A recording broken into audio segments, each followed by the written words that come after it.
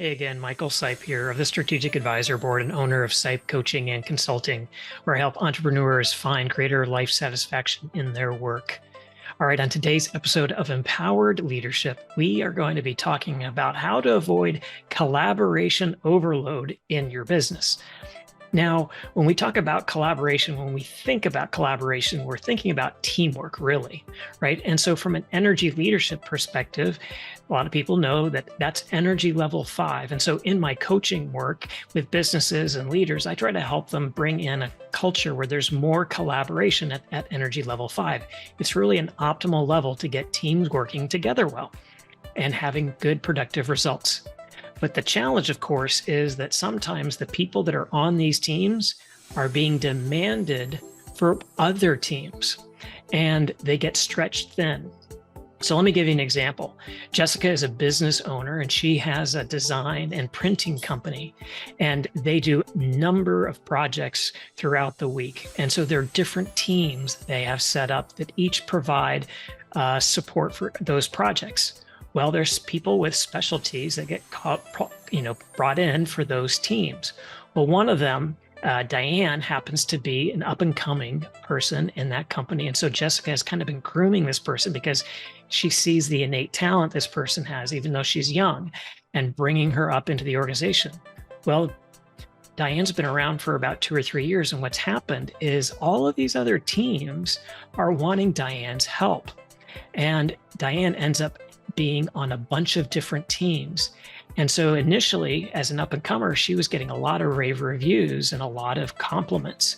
But over time, because there was so much demand, she wasn't answering emails, she wouldn't show up for meetings, and people thought she just didn't care about the company. What they didn't realize is that she had 9 other teams or 12 other teams who were asking for her help, and she didn't have the time or the energy to keep going and supporting all of those teams. So her performance suffered. So that's where I'm talking about collaboration overload. Some people, and research shows from Babson College, that yes, as a group of organizations and businesses across the country, we've become much better at collaboration. Yet it's been at an expense where only a few people are doing a majority of the work on the collaboration side. So how do we avoid that? Well, number one is we need to understand, what is that person bringing? Are they bringing information or expertise? And is there somebody else that can bring that in besides them? Second aspect that we see sometimes, of course, is the idea of the personal piece. People who are collaborators tend to want to give a lot more time and energy because they feel aligned or empathetic about that particular challenge of that team. And so they want to give more. Or on the social side, maybe they're really good at getting people's buy-in or helping explain things. And so team members want them to be on their team because they can explain things well.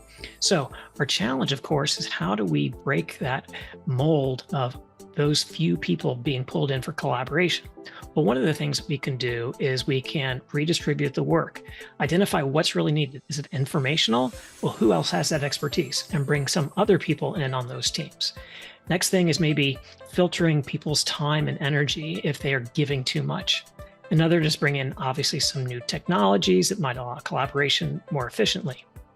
The other thing we want to do is reward effective collaboration so that other people that don't normally collaborate can step up and mimic or at least follow what the model is of those current collaborators, so that you're grooming and training people along the way to become better collaborators. And then that eases the burden of those who are getting overloaded.